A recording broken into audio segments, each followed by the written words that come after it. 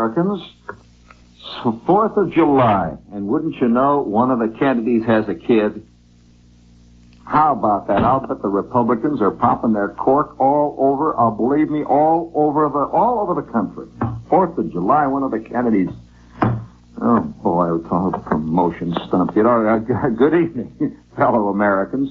I will award the brass figuree with, since we're all fellow Americans, let us tonight, since it's the 4th of July, and tonight nobody is listening, that is anybody, worth anybody. After all, there's a lot of strangers tonight. You know, you get very inhibited. There's a lot of people who are off tonight, Ed, who shouldn't be listening. There's a lot of people staying up tonight who shouldn't be staying up. Why don't you go to bed where you belong? That slob. And, you know, it's a terrible thing. Well, I think, though, since it is the 4th of July tonight, we might as well stop. We might as well just admit we're all Americans. We may be bugged, but we're Americans. We may be demonstrating. We may be getting ready to blow up the courthouse. We may be ready to burn down the city hall, but we are all Americans. You really can't escape that. No matter how many years a guy lives in Paris, he is still an American. I have a painter friend who lived a year in Paris, and he's very influenced by the French painters, and he's been studying the great classics for years. This is a very, very interesting thing about being what you are inescapably. And he goes to Paris, and he's painting Paris. And everybody goes, of course, he's interested in everything, the wonderful sights and the feel and the smell and the quality and the colors, and he's painting Paris. Well, finally the big day arrives, and a big man from one of the big French galleries comes over, a big dealer. He's going to look at the guy's paintings. He takes one look at the paintings, and he says, Monsieur, you are painting American. All of your people are American, everyone. No Frenchmen. They're all American. That no matter how hard he tries, he will paint the Montmartre, he'll paint the left bank, he'll paint a small village in Normandy, but everybody walking up and down the streets are Americans. Well, you really cannot escape it. And one day, when I was in Nigeria, I think I told this story, but there's a great time to there's a brief story. I'll tell this story. It happened in Ibadan in Nigeria, and this was a great kind of a day to tell it, the 4th of July. I'm in Ibadan about 7-8 months ago, and it is unbelievably hot. Oh boy, is it ever hot. Steamy hot. It's the kind of heat, you know, where even your skin is hot. You want to take your skin off. You know, like you take your BBDs off and your socks off. You want to strip your skin off, and somehow you feel your bones will get cool or something. It's just terrible hot. And I'm kind of in the outskirts there, and there are millions of people. It's teeming, steaming. It's just like a gigantic cake of yeast. Life is everywhere. Life is crawling, it's flying, it's humming, it's buzzing, it's coming out of the ground. You breathe it in, it rains on you. Life is literally just everywhere. Just all kinds of life. Bugs, insects, fungus, bacilli, everything. People, the whole business. The rivers are full. There's crocodiles. It's really alive. You just don't know how life is in Africa. No wonder people believe that life all sprang from Africa. Just had to come from there, because boy, is it ever going there. Well, I'm standing there in line waiting in a post office to buy some stamps.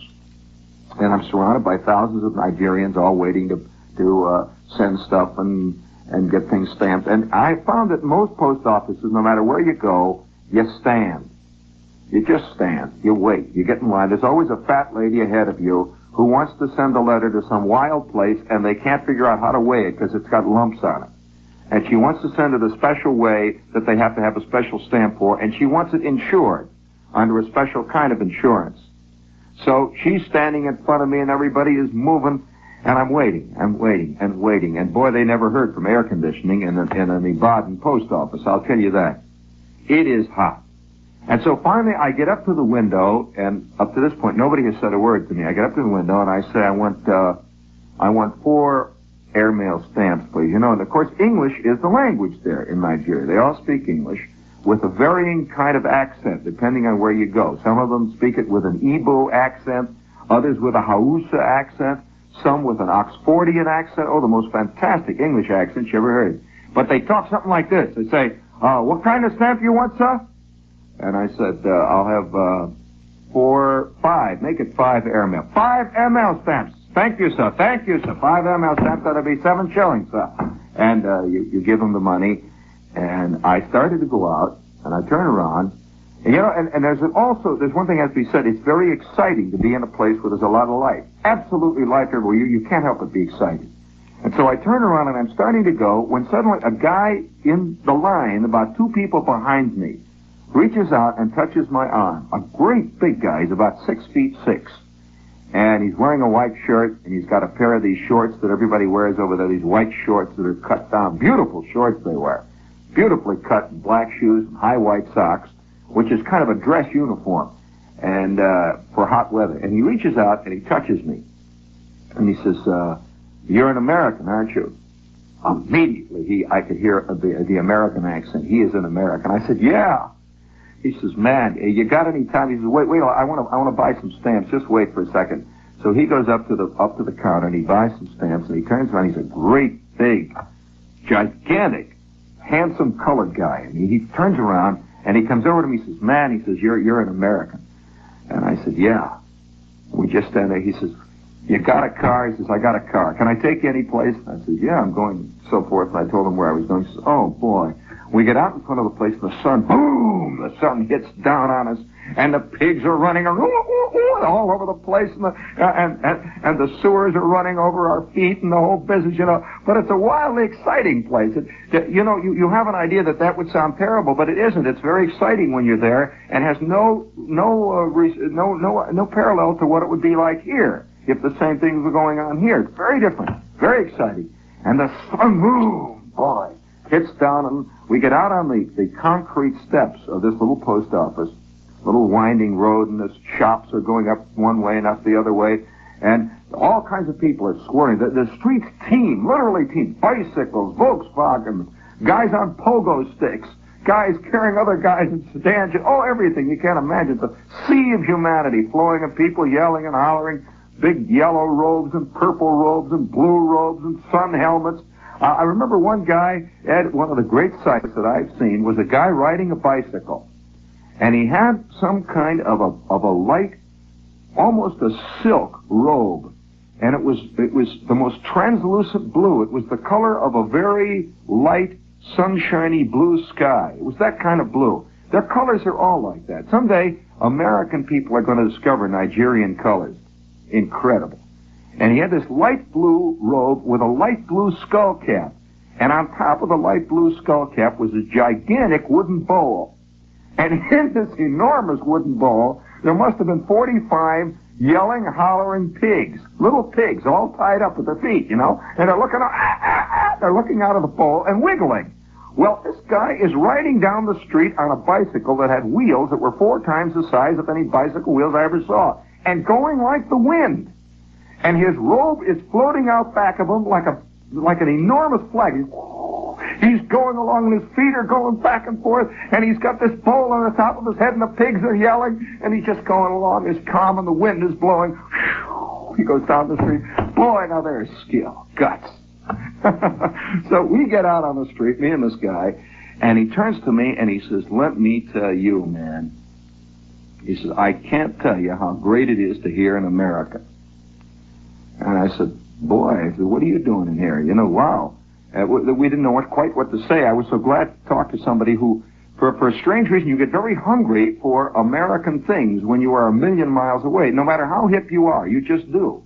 You get hungry for them. And so I said, gee, wow. So we got into his car, which was a Nash. And every car in this place, of any consequence at all, has practically, the sun has beaten the paint right off. It's just peeled it right off. They're a peculiar slate colored. And we get into this guy's Nash, and we sit down there, and he said, Matt, you got any time? And I says, yeah, I'm not going anyplace. He said, let me tell you. He said, I just want to tell you how great it is to talk to an American. He says, I've been inland. He said, I've been here for 7 months. And he says, I just can't tell you how great it is. And so, well, of course, I was delighted. So we went over to a place, and we're having a drink. And it turns out that he, of all things, was a listener from Brooklyn. I wonder if any of his people are listening tonight. It was a wild thing. He was there working for an American film company as some kind of an export expert. And in the course of the conversation, this is what he said. I'll try to reproduce it almost verbatim. And he's a big, handsome, I'd say he was about 25 or 26. And I believe he went to Brooklyn College. And I told him who I was. He's who? No, oh, come on, man, you're putting me on. I said, no, you know, he's the night people, man. He said, oh, no. He said, I listened to, no, it's impossible. We're hollering and yelling and drinking gin tonics, you know, and getting hotter. And so in the course of the conversation, he says to me, you know, he says, man, he says, I had to come all the way over here to realize that I am first and foremost, no matter what I do, I am an American. He said, man, I just discovered it. And he says, boy, he says, there's plenty of troubles at home. He says, but I know one thing. I am an American. And it was a very strange thing to hear in Ibadan. Not strange at all, though, if you understand really what you are. If you really understand what you are. You often don't really know. And so we sat around and we drank the gin tonics and hollered. And then finally, I had to go, and his Nash took off into the bush. Boy, he took off. He said, oh, man. He said, I can hardly wait to get back there. I can hardly wait to get back to Brooklyn. He grabbed me, fantastic, gigantic paw. He grabs me up and down, my shoulders jiggle. and off he went. And I wonder if he's still out there. It's curious. And I went back and I sat, and this is the kind of thing that really wildly makes you really conscious of many things. At that night I was going back to Lagos, and I arrived on the main road, finally got back into Lagos, and they have a gigantic hotel in Lagos, which is, honestly, it makes the new Hilton look like the old Plaza. You can't believe such a wildly super modern hotel can exist. Well, it looks out over the Bay of Guinea there. It's hot, and the steamers are going past. I'm sitting in the sundown area there having a drink, and a man comes up to me. And he turns out to be, with a strange accent, he started talking like, he says, well, how are you enjoying your trip here? A very peculiar, almost Germanic, but not quite accent. I couldn't figure out what he was. And we're sitting talking, having a drink, and just talking. And it turns out that he was from Poland. And he was obviously a top-flight communist. But I did not know what he was for maybe 2.5 hours, because we didn't discuss where we were from. We just knew I assumed he was German, because a lot of Germans around there. And I guess he knew I was an American. It shows all over my map. That's the end of it. I'm an American. Well, I never heard in all of my life, and remember, this man is from the Great People's Democratic Republic, and I thought he was German. I never heard more virulent and more completely realized racial talk in my life than this guy was coming out with about Nigeria and about the whole world. I couldn't figure out what is all. Boy, and I'm listening to this thing, and then it suddenly comes out. He is from one of the Great People's Republic. And all of a sudden, something opened. I don't know what it was, but something opened up, man. Speaking of totalitarianism, this is WOR, AM and FM, New York. But this is the 4th of July. And not to be particularly patriotic or anything, but it is a funny thing about the 4th of July. No other place in the world celebrates this. Truly, it's almost a truly American type of celebration. It really has nothing to do with the wars, It has nothing to do with the independence and all that. I don't know what it is. It's celebrating being what you are in a peculiar way, and nobody knows really that they're doing it. But 4th of July is not really 4th of July unless it is incredibly hot. I think this is a dud of a 4th of July. Don't you agree? Because 4th of July, by tradition, has to be like a white Christmas. The 4th of July has to be insufferable, like you can't breathe. And probably even now, tonight, because we're doing this show, it's the 4th of July, and I know that there are 87 million guys parked bumper to bumper in traffic jams going all the way from Jones Beach, probably somewhere south of Trenton. one solid chunk of metal, all sitting there yelling and hollering.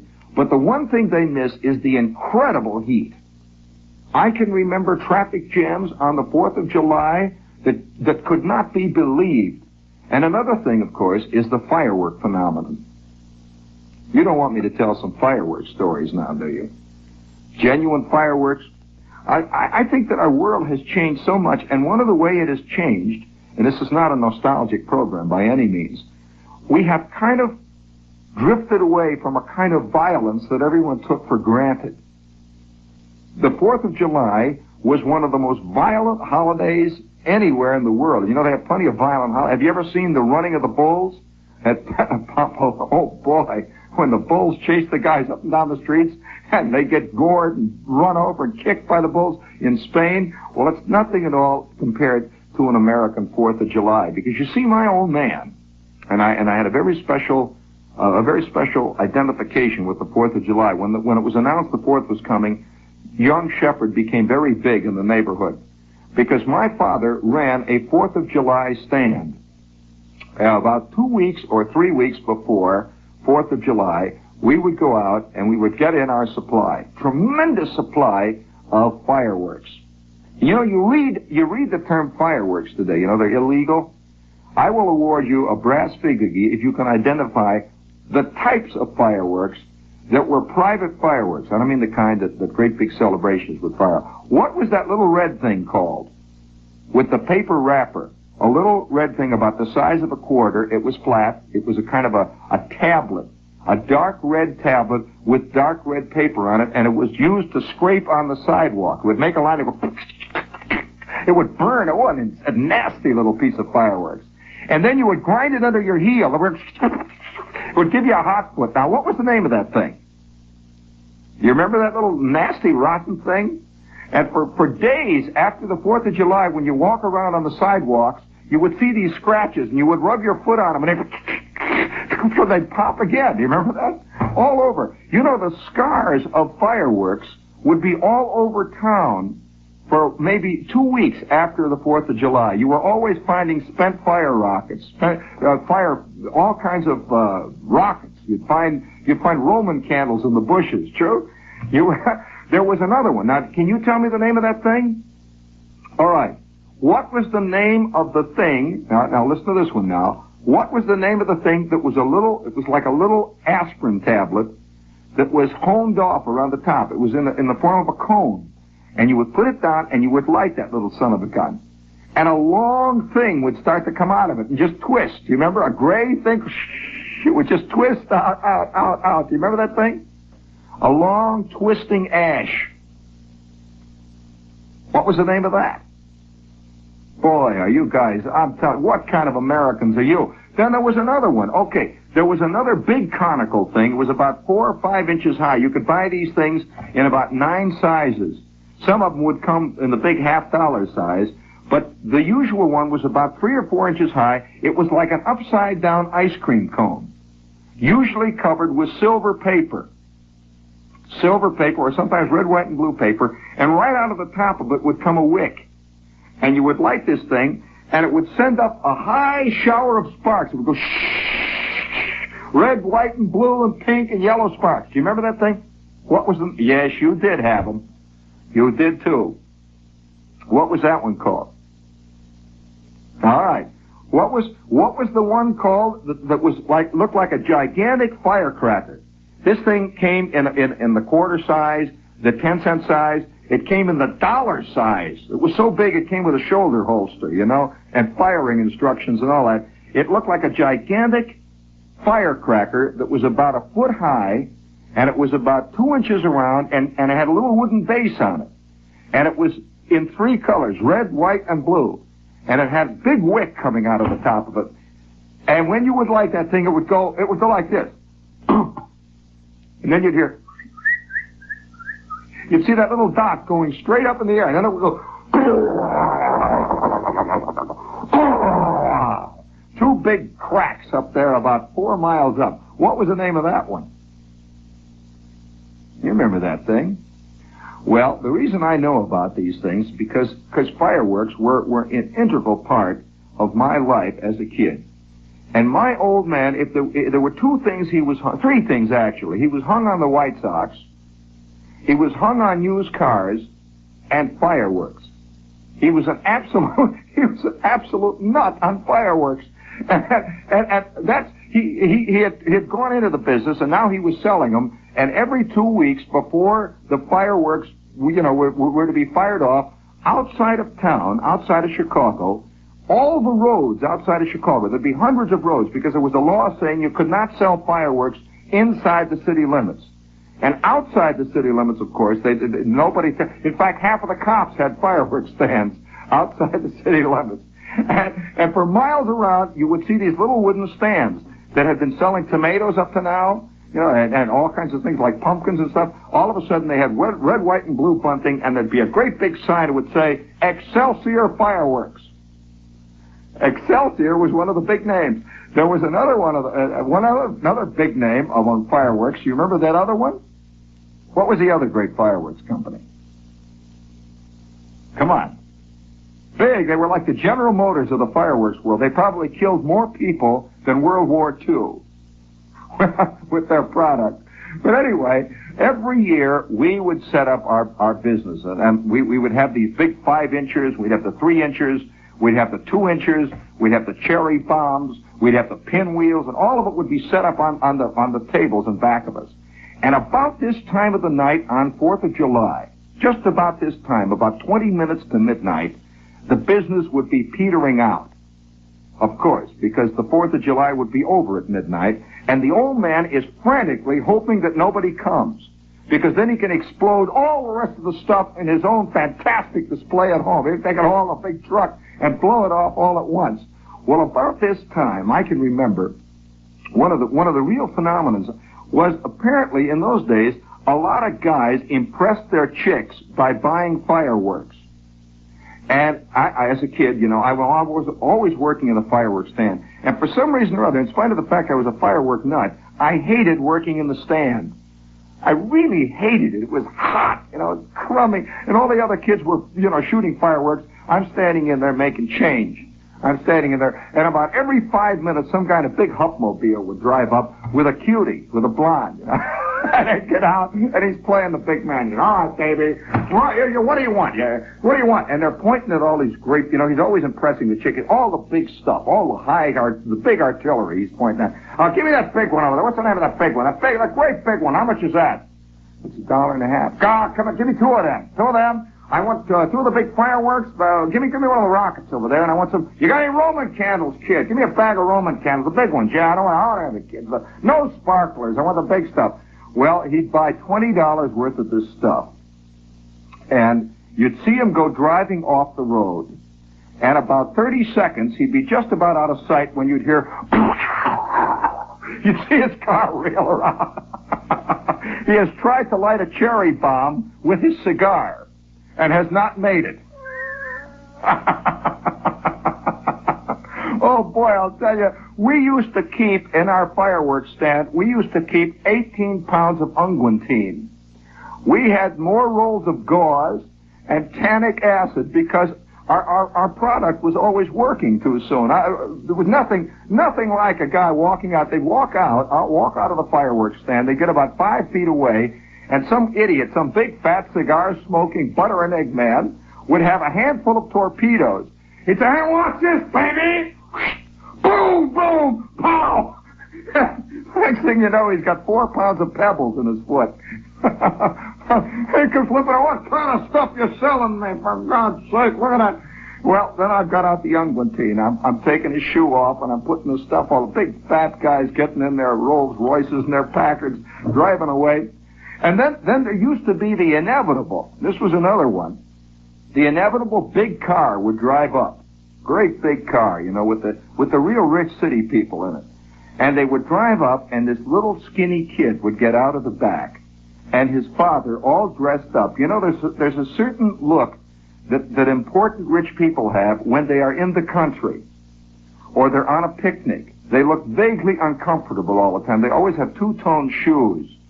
That kind of thing on the beach. It just doesn't quite make it. And they get out, and they come over, and he says, Timothy, now you just choose anything you want. I want you to be happy today. And little Timothy stands there looking at all the fireworks. You can see that he has no more desire to have fireworks than he wants a wart on the top of his head. And he's standing there, and the old man said, well, come on, Timothy, we haven't got all day, you know. Mother's waiting in the car. And we'd like to get home and have our celebration. And little Timothy said, I have one of those. Do you have any sparklers? And you go back and you get him some sparklers. And the old man is then, of course, taking over. He says, well, Timothy, wouldn't you like to have one of those? And they always point at the big things. The kid doesn't know what it is. You know, big thing with handles on it, and it comes with 40-millimeter sights, and it has a big shock mounting, and it's for blowing up towns, you know, that kind of thing. It's for the mafia. And wouldn't you like one of those, Timothy? The thing with the wheels, I'll wrap one of those up. Would you please wrap one? How much are they? $5 fine. Well, what else would you like, Tim? And little Timothy is picking. The kids always pick the little things, you know. All the little thing with a little handle on it that you squeeze with your thumb and the wheel goes around and makes little sparks, you know. The old man doesn't buy this kind of stuff. He wants the big things. And so pretty soon they've got a load of about $50 worth of stuff, and they take it off and they put it in the back of that great big fat Cadillac, and the little kid sits in the back by the bag, and the mother's sitting up in front. And the father, you see the father's not even used to driving the car. Their man drives the car, but they're out celebrating the 4th. You see, it's a family celebration. So he gets in the front. You can hear him shifting gears badly, you know. He goes from right into second. He doesn't even bother with first. And away goes that big Buick down the road. And you see this little tiny head in the back. They're off to celebrate being an American. I've always had a feeling I can always see some servant somewhere lighting the Roman candles. Jeeves is shooting off the skyrockets, you know, and out there with his tails. We're not here enough, sir. Actually, how about a few sparklers now? And he lights the sparklers and waves them, and the kids say, "Sure, that's great." Well, this firework thing is pretty wild. Some of the great traumatic experiences of my kid life were with my father's failure, often with fireworks. Fireworks are sneaky. Did I ever tell you about the time, the terrible episode of the backfiring Roman candle? Well, you know they have Roman candles they come in various sizes. Some of them have 4 or 5 shots. Some of them will have 10. Some of them will have 15. And then when you get the big bazooka-style Roman candle, these are the big ones, you know. This is the true mafia thing. They use it for cannonading the next mountain, that kind of thing. Don't you know what a Roman candle is? Oh, sure, everybody knows. Well, we used to have usually about 15 of these we'd lay in stock. And by the time midnight of the 4th of July would arrive, we would have sold maybe, 10. We'd be left with 5 of these beauties. Fantastic $5 Roman candles. They were about 5 feet tall. Great big babies. They were as tall as me as a kid, you know. And they were about 3 inches around. And they had a big shoulder holster and a strap, and you'd hold this son of a gun behind you. And you know there's a technique in shooting Roman candles. And my old man was a pure show-off. He was the kind of guy who was noted at the parties for a thing he called the snake dance. It was just a wiggle. He'd just wiggle, you know, run around and wear a lampshade. He was that kind, you know. So everything he did, he always said there is style to it, but it was terrible now that I think about it. He used to play pool, and he would do the shots behind the back, you know, that kind of stuff. Watch this, you know. Yeah. Oh, he was a real pool shark. He would do that kind of stuff. Or he would say, watch this now. He'd take the bowling ball, you know, one hand up. He would go, whoop, he'd turn around, throw it behind him. Boom, right in the pocket. That kind of stuff. He was always catching balls behind his back, you know, tossing them over his shoulder and throwing them, that kind of jazz. Well, when he had Roman candles, this is the way he would do it. He would take the Roman candle and light it. He would move back and hold it down low. He would count to himself. It's like rhythm, see? It would go... And as soon as that fuse would go in, he would start moving it around in a circle. It would go... He would feel that ball coming up. He'd go... And he'd sort of move forward and buck his fanny around to the left and down again. It was like he was helping them, you know, and putting body English on them as they go up. He'd put in-shoots on them, you know, they'd go up and you'd see this big in-shoot. Or he'd throw a flutter ball up there. We'd go... Or he'd throw a beautiful drop, a sinker, would go whoop, whoop, and go up. He was pitching with the Roman candle. Well, one night, the whole neighborhood would gather around. They would gather around to watch my old man shoot the fireworks, because nobody had anything like the amount of money worth of fireworks that we had. He'd have maybe $200-300 in retail of fireworks left, usually. And that's a gigantic box. And about midnight, he'd start firing out back of the house in the alley. Nobody ever thought of even going into a field to do this kind of stuff in those days. Just stand on the alley, the houses around and the windows, the people with the wash hanging out, and he's shooting off this heavy artillery. So he's standing back there this night. One of the great, absolutely unparalleled moments of my life, and also one of those things, where you feel so terrible because your old man has really flubbed. Really done an awful thing. Well, he's got this Roman candle. Everything's been going fine. Big 14-foot pinwheels. He's got things that spell out Abraham Lincoln, and they light up. He's got giant American flags that fly up in the air and come down on balloons. Everything's going. And finally, he takes out the Roman candle, which is the thing he always really does, more than any. Lights it, and everybody's standing around there. And off goes the first one. A great big green ball goes up, and everybody, you hear the crowd. Mrs. Bruner is sweating and hollering. When suddenly that Roman candle, at about the third ball, shoots backward.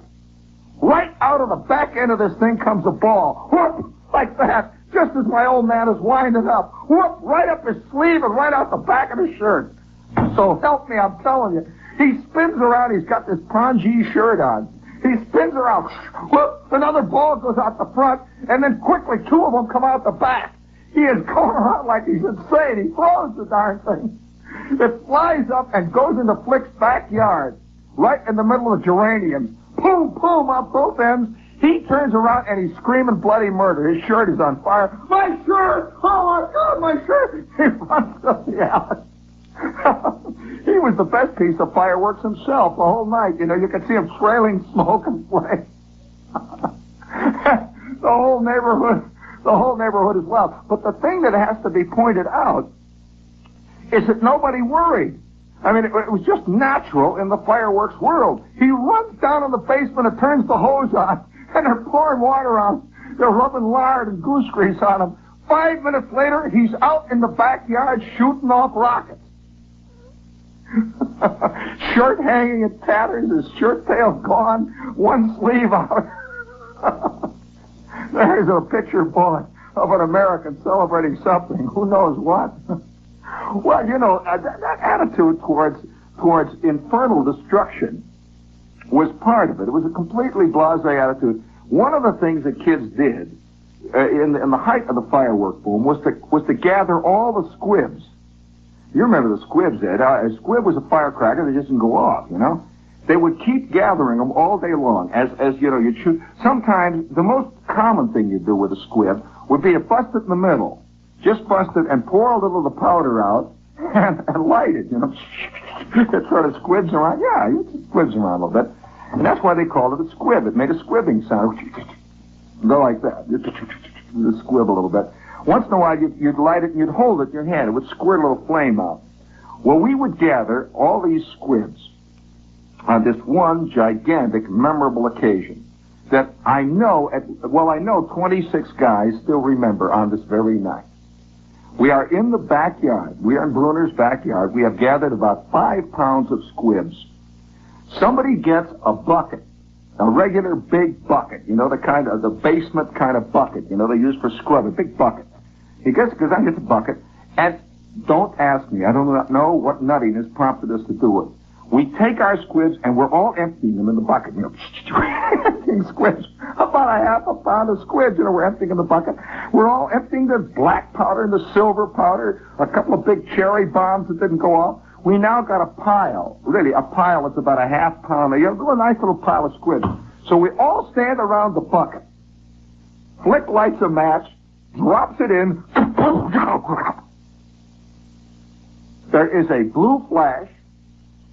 Nobody sees anything but little lights, stars, circles, balls going off for about 3 minutes. no eyebrows. 26 kids without an eyebrow among them. Just gone. No eyebrows. Our eyelashes gone. Our faces are beat red. We stand around. I'll never forget going into Miss Robinette's class. The whole class is sitting there, not an eyebrow in the class except among the chicks. 26 kids sitting there with red faces. Well, now the thing that is interesting though is going home on a day like that. Nobody said anything except, "I told you not to get too close to them." That's all. That was about the extent of it. And the whole fireworks, I'll tell you, one of the most, speaking of fireworks, one of the most, I don't know whether they still do it or not, but a couple of nights ago we talked about the Great Lakes and the lake boats, these huge lake boats. Well, there was a thing that used to happen in fact, if it's happening, it's happening right now. It used to start about 11 o'clock and go to roughly 1 o'clock in the morning. One of the big lake boats, whatever lake boat happened to be in at Inland Steel, would take off about 10 o'clock at night and go about 5 or 6 miles out just beyond the breakwater, and just anchor out there or hang out there in the darkness. And about this time of the night, they would begin to fire off gigantic fireworks off of the top of this boat.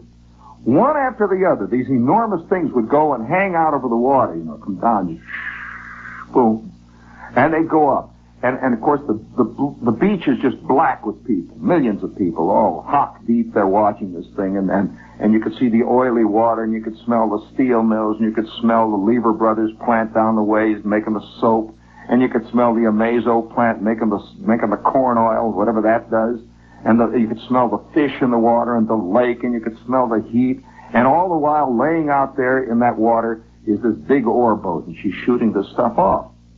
Well, one of the big sea disasters occurred one year as a result of that. It wasn't really, it was kind of a funny sea disaster in a way.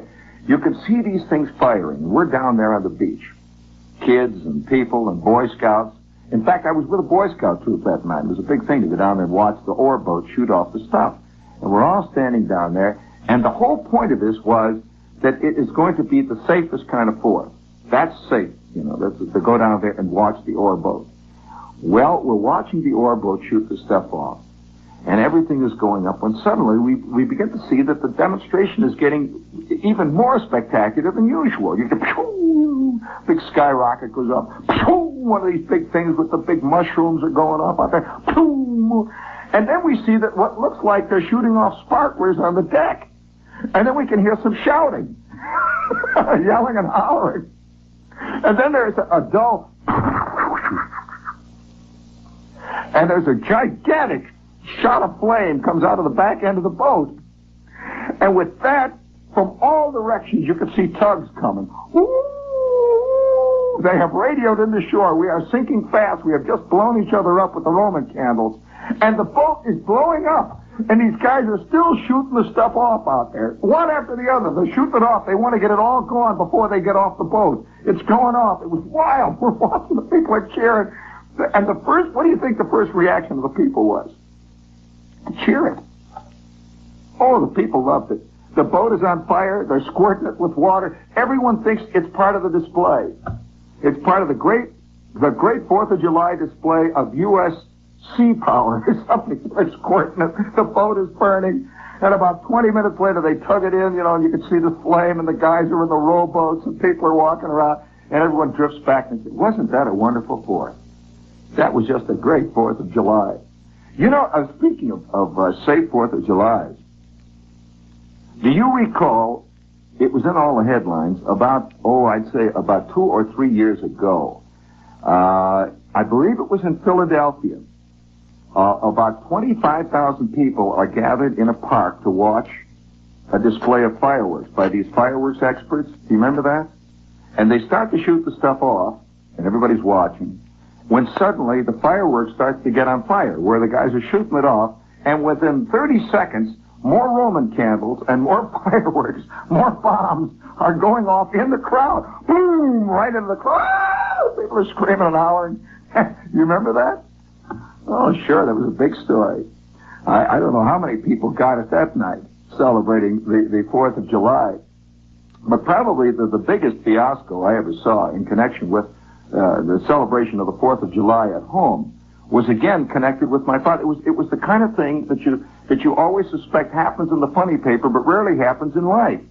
The old man had about, I would say on this night, he had probably $350 worth of fireworks at depression prices. This would have filled the average, I'd say 2-ton truck up twice. He had a load of fireworks that didn't stop. And he had them in 2 gigantic cardboard boxes. Great big boxes. Well, in the typical nutty, I don't know whether people are more, have got more sense now or what. I can't tell what it is. But even a 5-year-old kid wouldn't do this kind of thing anymore. But my father did it and nobody questioned it. He put this 2 great big box load full of fireworks on the ground next to a telephone pole out in the alley. Now he shoots, the first thing he does was to put in the ground on a big piece of angle iron an enormous skyrocket, which he lights off. He always would start off the evening with a big 4-pound skyrocket. They were fantastic. That was the most exciting. That was, believe me, that was early space projects. It really was. So he lights this thing and it goes, off she goes, and everybody stands there. Nobody noticed that he's shooting off the fireworks. He shot off his rocket. He is now 2.5 feet away from all of his boxes of firecrackers, his bagel bombs, his space bombs, his Mount Vesuviuses, all the stuff. He's just, he puts it right down there by the box. So the next thing he does is right above the box, he nails in a great big pinwheel that had about a 4-foot circumference. He lights the thing. It's going. And everybody's saying, isn't that beautiful? Isn't that? 14,000 pounds of sparks are going into those boxes every revolution. Boom! It goes, pow! Wow! Boom! Bang! Stuff is shooting. People are yelling. Bruner is in the basement screaming. Kids are crying. The old man is beating it with a fire. He's running around hitting it. Go! Sticks! Boom! Pow! Well, that explosion went on for a good 20 minutes. It tore down fences. It killed goats. It broke windows. It burned hedges. It knocked down telephone wires. You could hear sirens coming from blocks around. And the only regret that anybody had was that the old man shot them off all at once. That's all people worried about. All at once. 10 minutes and it's all gone. We've been waiting all night. Boom, pow, crash. Up it went. Oh, it's tough being an American. It's one of the hardest jobs in the world.